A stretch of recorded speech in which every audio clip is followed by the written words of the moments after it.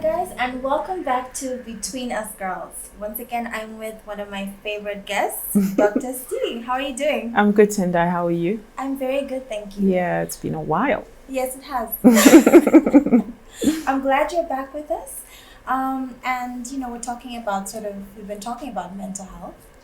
We've been talking about ways in which you can sort of check yourself and the symptoms you can look out for both in yourself and in other people. Mm-hmm. And one of the areas I think that's really been quite topical, or it's been there for a while and it's really coming to the fore, is this idea of self-care, right? Mm-hmm. So you've even got self-care activists coming out in magazines, and the top self-care, individuals you should follow on Instagram. But when we say self-care, what does it mean? Is it just indulgence, or is there something more to it? Well, thank you for that question. A lot of people are good at looking after everyone else, or just generally taking care of people and making sure everyone is okay. But then when it comes to themselves, they don't measure themselves at the same standards. You're always putting yourself down. You're always feeling guilty about resting. And self-care is generally caring for yourself the way you'd care for others. Okay. Yeah. I like that definition. I think, especially for women, it's difficult to sort of focus that much attention and care onto yourself. And Exactly. you would think it's quite self-explanatory and very logical. But like you pointed out, I think for moms and for, just busy women in general, the idea of caring for yourself is something that you really have to even schedule and make time for. Yeah. Moms these days very busy, but dads as well, working too hard, running the household, running many jobs, the babies, the house, and all that comes with being an adult. It becomes really overwhelming, and you forget that I'm also someone who needs a timeout, who also needs time to themselves to recharge and become who you're supposed to be in the best, healthy, positive aspect of yourself. Okay, I'm glad you said, healthy and positive, because I think in the type of world we live in, there's so much to do and we're always busy. Everybody's got schedules, from school kids all the way up to, adults. There's goals, there's pushing, things are moving faster. The pace of, different things. I mean, I know we're supposed to be in the fourth, and we are in the fourth industrial revolution, and you get a sense that in other parts of the world, things are moving at, neck breaking. Yeah. It's so fast I can't even say it. Yeah. Right? And to be able to pause and to just sort of recognize that you're not a machine. You are a human being and you need to take breaks. Things like burnout. Oh, yes. Working too much. The 14-hour, work week that's been made so, popular in this sort of hustle and grind kind of culture that's emerged. Do you know what I mean? Everybody wants to be a boss, or at least in Zimbabwe anyways, you almost don't have a choice, because a lot of the time you have more than one job going on. And the side hustle. The side hustle is becoming the main chick. Exactly. So you're just constantly on. Your mind is constantly working. You see a fuel queue, you just want to jump in. You're just like, I have to take advantage of this moment. But do we actually take time to pause and to breathe? Because, that's when the mental disorders, I think, start to creep in, don't they? And the worries. And so I think sort of breaking down ways in which we can look at self-care that are actually practical and doable is something to talk about. So you're absolutely right. Zimbabwe specifically is a very easy place to be burnt out, because we are always looking for ways to survive. And it's our normal everyday. You need a water solution. You need an energy solution. You need a waste solution. You're looking for fuel. You're constantly doing mathematics in your head. You're approaching the supermarket till you are stressed. And this is just the normal everyday living. And then what more where we send each other messages. Have you seen the price today? Yeah. What's the rate? What's going on? Yes. Right. So all that can just amount to real high stress levels. There's normal stress where a person, stress is a good thing. It tells you that there's something that's happening and you need to do something about it. So if a lion comes at you, your cortisol levels will go up. Okay. And run or hide or whatever you have to do. But when you reach a point where your cortisol levels are always high, where you're at a constant stress, you're just always at that point. That's what they call burnout. Okay. And this is where a person who had energy before, you found pleasure in working, you're in the zone, you had your hum, and you enjoyed the work that with whatever you're doing, and now you just don't enjoy it anymore. Right. There is no buzz, there's no hum. You are not yourself. You almost sound like you're describing depression a little bit. How is there a difference between this and depression? Well, burnout can cause depression, and they are very linked. Okay. But depression is when you are depressed, your hormonal, the endorphins in your blood system have come down. But with burnout, it's the cortisol levels that have gone up. Okay. So now you're very edgy, and you can snap at anything. That's why people become very irritable. Okay. That's why you're always like, don't try me today. You don't know what's going to happen. So it's a fine line, but they are different. And the way to deal with it is also a little different. With a depressed person, you need antidepressant.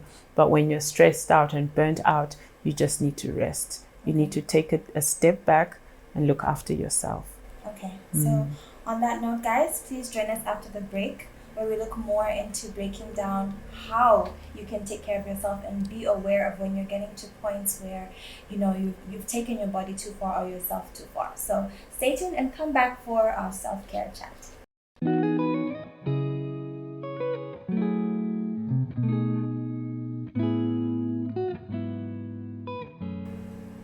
Hi guys, welcome back to the next part of our self-care chat. So early on we just spoke about cortisol levels, burnout, and the difference between that and depression, because the symptoms were kind of sounding a bit similar. Yeah. But now we want to sort of look into being able to check in with yourself, right? So self-care, it's sort of an obvious sort of title, but what does that mean practically for people? How can you be in tune with yourself, and what can you do to take care of yourself? Okay. So my number one prescription for a person who is burnt out or feels like they're not looking after themselves is really rest. Yes, you need to eat well. You need a balanced diet. Exercise helps a lot. And just generally living a balanced life. But you need to rest. And the mistake people make is they think rest means sleep. But it does not mean sleep. There are many types of rest, depending on your personality type. So we have a whole spectrums of personality, and we'll get into this a bit later. But we have the heart people, the gut people, and the head people. And this is how you're wired with your motivation. And this is just about the Enneagram. Okay. But basically, the three types of rest are silence, solitude, and stillness. And I'm not talking about it in terms of stillness as in don't move, don't be a busybody, but stillness of the mind. Do you think too much? Are you going on making plans and planning and saying, oh, and regretting and oh, I shouldn't have done that and looking forward?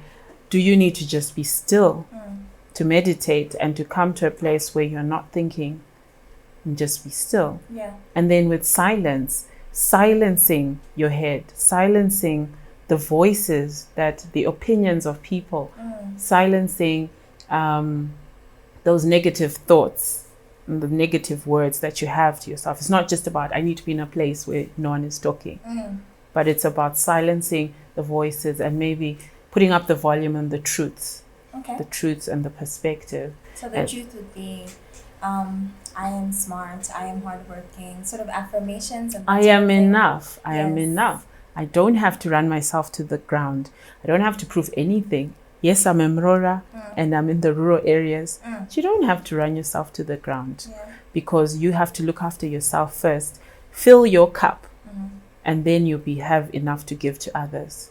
And then with solitude, it's about being all right, being on your own. Because a lot of the time we look at external reasons to feel okay.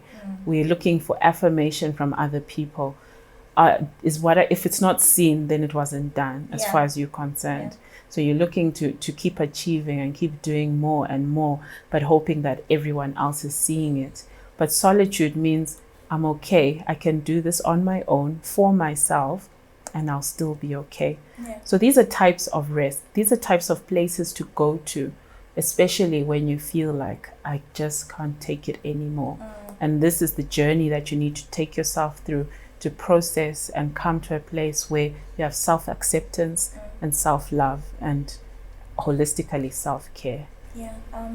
I love the sound of that, because I am someone who does after some time kind of withdraw, and I've tried to cultivate a rich spiritual life, so where I feel I'm talking to God and doing whatever I need to get into that space. Yes. But I also realize with regards to other people, boundaries can sometimes be an issue, because that's where your energy goes. Do you know what I mean? Saying no in this way or that way. How do you say no as a mother? How do you say no to your boss? There's languaging around that that's very stressful to think about, because saying no means I don't have to do that thing that's going to take my energy away from, or when I know I really need to rest. You know what I mean? You know what it is? I don't think it's about saying no. It's about giving yourself permission to be okay with after you say no. Okay. Because saying no is easy, but the problem is how you feel about it afterwards. You want to explain yourself away. Yeah. You want to say, I can't do this because my child is doing this. So you want to give a valid reason for your no. Yeah. But you should be okay to say, no, not available for that. And that's the end. Because you care about yourself so much that you can say no. And it's okay. And it comes from a place where you realize that you are important. Yeah. Someone has to look out for you. No one is going to cheerlead for you and say you need to rest. Yeah. Even if they do, you may not accept it. Right. So it comes from you, your decision to say, right, this is too much. I need to cut down. Right. And it's also about saying yes to some things. So when you know what you want in life and you're going for it, and you know specifically, like you've written your vision board and you know exactly everything that you're going for, the no's are easier, because you know that this is not in line with me. This is not in line with my goals.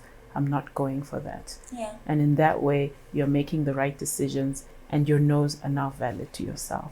Okay, so you touched a little bit on the Enneagram. Yes. And I'd like for you to just sort of explain, because the whole point of that as an example is to say people need to sort of investigate their personalities and who they are. So for example, this particular tool, what does it help with? So the Enneagram is my favorite. It's 9 personalities, 1 to 9. So you could be a 1, you could be a 2, up to 9. And they're divided into 3. So like I said, they're heart people. 2, 3s, and 4s are heart people. Then 6, 7, 8s are head people. And then 9, 1, I think I skipped 1, are the gut people or somatic people. And this is just generally where you are with yourself when you're making a decision. It stems back from when you're a child. So I'll tell you about 3s. 3s are those children who were always doted upon for everything they did. It was like, wow, you're so clever, you achieved. So they start associating praise and achievement with love. So the more they do, the more they'll feel loved. And as they grow up, they keep wanting to keep achieving. And the moment they stop and they feel like failures, therefore they feel like they're not loved. Right. And those people need something different from, let's say, a 7 who may have a different motivation.